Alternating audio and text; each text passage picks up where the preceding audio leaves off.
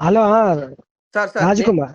Sir నేను BRK facts YouTube channel నుంచి మాట్లాడుతున్నా. అయితే ఈ మధ్య జరిగినటువంటి కరీంనగర్‌లో ఒక ఇన్సిడెంట్ జరిగింది కదా సార్ అది. అవును, అవును. ఒక వ్యక్తి తన ఇంటి బోర్డ్‌కి ఓన్లీ హిందువులకే ఇస్తాము. ఎస్సీ, ఎస్టీలకి ఇయ్యమని చెప్పేసి ఒక బోర్డ్ పెట్టిండు. దాని మీద మీ స్పందన ఏంటి? ఒకసారి చెప్పండి.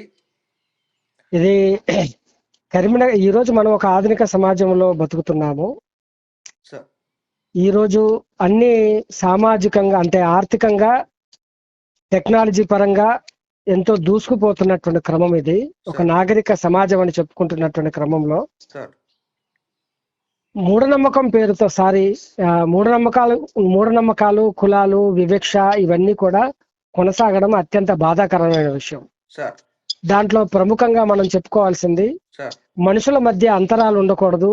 సార్. మనుషుల మధ్య అంతరాల వల్ల సోదర భావం దెబ్బతింటది, ఐక్యత దెబ్బతింటది. అది దేశ అభివృద్ధిని కుంటుపరిచే విధంగా ఉంటుంది. సార్.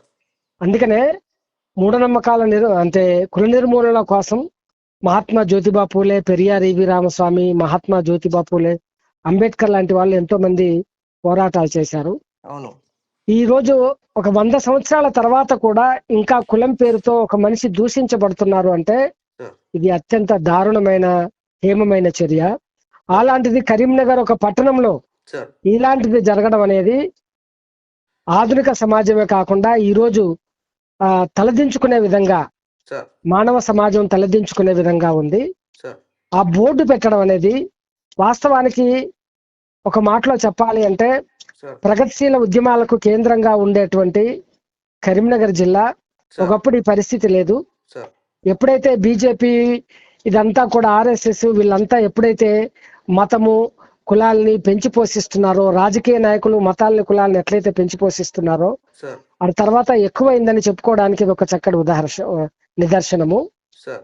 అయితే ఇలాంటి వాళ్ళ మీద ప్రభుత్వమే చర్య తీసుకోవాలి. పోలీసు వాళ్ళు వెంటనే వీళ్ళ మీద ఎస్సీ, ఎస్టీ అట్రాసిటీ కేసులు పెట్టి ఇలాంటి మళ్ళీ పునరావృతం కాకుండా చూడాల్సినటువంటి బాధ్యత పోలీస్ పైన ఉంది, సార్. రెవెన్యూ పైన ఉన్నది, కలెక్టర్ పైన ఉన్నది.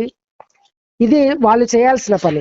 ఈ రోజు దీన్ని అంతర్గతంగా అందరిలో ఉన్నది కులము మానసికమైనదే, అవును. కానీ భౌతిక సమాజాన్ని అది ధ్వంసం చేస్తున్నది, సార్. ఒక నాగరిక సమాజాన్ని ధ్వంసం చేస్తున్నది. యెస్. కాబట్టి కుల వివక్ష ఏ స్థాయిలో ఉంది అని చెప్పుకోవడానికి బీజేపీ అధికారంలోకి వచ్చినాక సార్. Ramnath Covid, sir. ఈ దేశానికి రాష్ట్రపతి అయినటువంటి రామనాథ్ కోవిద్ సార్. గుళ్ళోకి రాగనీయకుండా గుడిమెట్ల మీద కూర్చోబెట్టారు. సార్. పార్లమెంట్ భవనానికి ప్రారంభానికి అతన్ని పిలవలేదు. సార్. తర్వాత మన ఇప్పుడు ప్రస్తుతం ఉన్నటువంటి రాష్ట్రపతి సార్. ద్రౌపది ముర్మును కూడా గుడిమెట్లు ఎక్కనివ్వలేదు. సార్. ఆమె అయోధ్యలో జరిగినటువంటి ప్రారంభం జరిగినటువంటి దేవాలయానికి, రాముడి దేవాలయానికి కూడా ఆమెకు ఇన్విటేషన్ లేదు. సార్. అంటే ఒక అత్యున్నత స్థాయిలో ఉన్నటువంటి వాళ్లకు కూడా అవమానాలు జరుగుతున్న పరిస్థితి, బీజేపీ అధికారంలో ఉన్నటువంటి పరిస్థితులు ఇది కొనసాగుతున్నది. కాబట్టి దీనికి అడ్డుకట్ట ఇయ్యాలి అని అనుకున్నప్పుడు ఖచ్చితంగానే ఇలాంటి బోర్డులు కనిపించినా, వివక్ష ఎక్కడైనా ఎదురైనా కూడా వెంటనే వాళ్ళపైన చట్టపరమైన చర్యలు తీసుకోవాలి, ప్రజల్లో అవేర్నెస్ కల్పించాలి. ఇది ఆధునిక సమాజము సిగ్గుపడాల్సినటువంటి పరిస్థితి బోర్డులు ఇవన్నీ చూడడం. ఇది ఇప్పుడు బయటకు కనిపించని కోకొల్లలు ఉన్నాయి. విద్యావంతులకు చేత ఉపాధ్యాయులకు, విద్యావంతులకు కూడా ఈ రోజు కరీంనగర్ సిటీయే కాదు చాలా సిటీలలో ఇండ్లు ఇవ్వటం లేదు.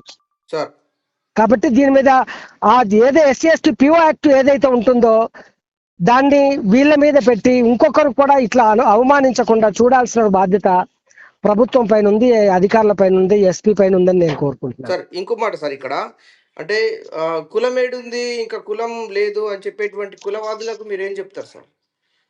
కులం ఏదుంది అని కాదు, ఫస్టే వాడు 100% కులవాది అయి ఉంటాడు. కులం ఏదుంది అని చెప్పేటువంటి వాడే కులం రొచ్చులో కూడుకుపోయి ఉన్నాడు. కాబట్టి కులం ఏడుంది అని చెప్పడానికి ఇదో చక్కటి నిదర్శనం.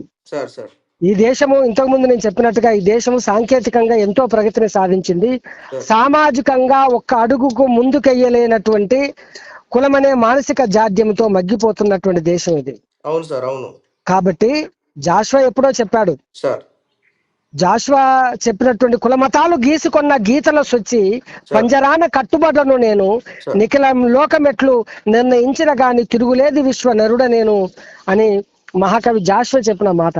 కుల మతాలు గీసుకొని గిరులు గీసుకుని ఉన్నాయి, ఈ రోజు ఆ రోజు ఉన్నాయి, ఈ రోజు ఉన్నాయి. సాంకేతికంగా ఎంతో ప్రగతిని సాధించిన సామాజికంగా ఒక అడుగు ముందుకెళ్ళలేని పరిస్థితుల్లో అందరిలో ఈ మానసిక జాడ్యం ఉంది. ఒక ప్రత్యేక చట్టాలు వచ్చినా కూడా దానిని ఇరాడికేట్ చేయలేని పరిస్థితిలో ఉంది. కాబట్టి ఇలాంటి వచ్చినప్పుడు వెంటనే కలెక్టర్ కానీ ఎస్పీ కానీ వెంటనే వాళ్ళ మీద కఠిన చర్యలు తీసుకోవాలి. ఇలాంటి పునరావృతం కాకుండా చూడాల్సినటువంటి అవసరం ఉంది. ఇదే కొనసాగితే రేపు దళితుల మీద దాడులు ఇవన్నీ కొనసాగే అవకాశం ఉంటుంది. కాబట్టి వెంటనే వాళ్ళ మీద చట్టపరమైన చర్యలు తీసుకోవాలని ఈ సందర్భంగా తెలియజేస్తున్నాను. సార్ ఇంకో మాట, కులానికి మధ్య అంతరాలు ఉన్నాయా లేవా, అసలు ఏమంటారు? కుల వ్యవస్థనే ఒక అంటరాని వ్యవస్థ అయ్యా.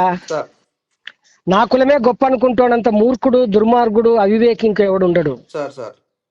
కులం వ్యవస్థనే ఒకటికంటే ఒకటి ఎక్కువ గానీ ఒకటికంటే ఒకటి తక్కువ గానీ ఉంటాడు తప్ప ఈ కులం గొప్ప అని ఎవడు చెప్పలేడు ఈ దేశంలో.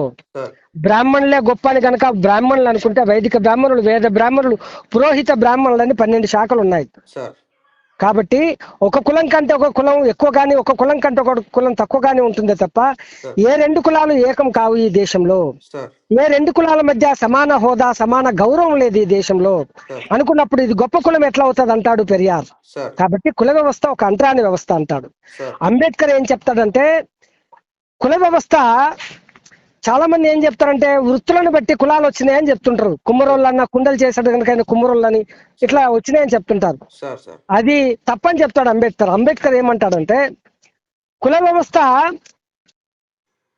వృత్తుల వల్ల రాలేదు, వృత్తుల వల్ల అది రాలేదు, శ్రామికుల్ని ఐక్యతని దెబ్బతీయడం కోసం వచ్చింది కుల వ్యవస్థ అంటాడు. అంటే కుల వ్యవస్థ శ్రమ విభజన కాదు, శ్రామికుల విభజన అని చెప్తాడు. ఈ దేశంలో పేదరికం ఉన్నది, దరిద్రం ఉంది, దోపిడి ఉన్నది, పీడన ఉన్నది. కాబట్టి శ్రామికులను ఏకం కాకుండా ఉండడం కోసమే కుల వ్యవస్థ పెట్టాడు తప్ప ఈ కులం అనేది ఏ దేవుడు సృష్టించలేడు, ఏ దేవుడు లేడు. కుల వ్యవస్థ, వర్ణ వ్యవస్థ ఇదంతా బ్రాహ్మణులు తమను తాము అగ్రభాగాన్ని నిలబెట్టుకోవడం కోసమే ఈ కుల వ్యవస్థ ఏర్పాటు చేశాడు. కుల వ్యవస్థలో పెద్ద కులం నాదంటాడు బ్రాహ్మణుడు, వర్ణ వ్యవస్థలో మొదటి వర్ణం నాది అంటాడు బ్రాహ్మణుడు. అంటే ఇదే తెలుస్తుంది, కుల వ్యవస్థ, వర్ణ వ్యవస్థ బ్రాహ్మణులు తమ ఆధిపత్యం కోసం క్రియేట్ చేసే తప్ప కులము లేదు, బ్రహ్మ లేడు, దేవుడు లేడు. ఇవన్నీ కూడా బ్రాహ్మణులు సృష్టించారు, మనుషుల మధ్య అంతరాలను పెట్టారు. అది దేశ సమైక్యతని, సోదర భావాన్ని చావు దెబ్బతీస్తుంది. కాబట్టి బ్రాహ్మణీయ వ్యవస్థ ధ్వంసం కాకుండా ఇవేవి పోవనేది భారత నాస్తిక సమాజం చెప్తుంది. సార్ గొప్ప మాట సార్. ఇంకోటి, ఇప్పుడు ఈ హిందువులో భాగంగానే ఎస్సీ ఎస్టీలుగా చెప్పుకుంటారు కదా సార్ కులం అనేది. సో ఇప్పుడు ఇలా పరిస్థితి ఏంది సార్? మరి వీళ్ళు ఎవరికి వాళ్ళు ఆలోచిస్తే తెలుస్తుంటది అబ్బా మనకి. దానికంటే నేను చెప్పిందే సరిపోతుంది. కుల వ్యవస్థలో అందరూ బానిసలే. రెడ్డి, వెల్మ, బీసీలు అందరూ కూడా ఒకరికంటే ఒకరు ఎక్కువ కానీ ఒకరికంటే ఒకరు తక్కువ ఉన్నారు తప్ప వీళ్ళ మధ్య సమాన హోదా, సమాన గౌరవం లేదు.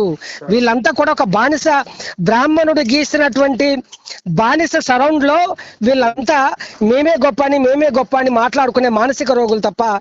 నేను శాస్త్రీయంగా హేతుబద్ధంగా అడుగుతున్నాను, ఎవరైనా నా కులం గొప్పదని శాస్త్రీయంగా హేతుబద్ధంగా నిరూపించమనండి. I'm challenge.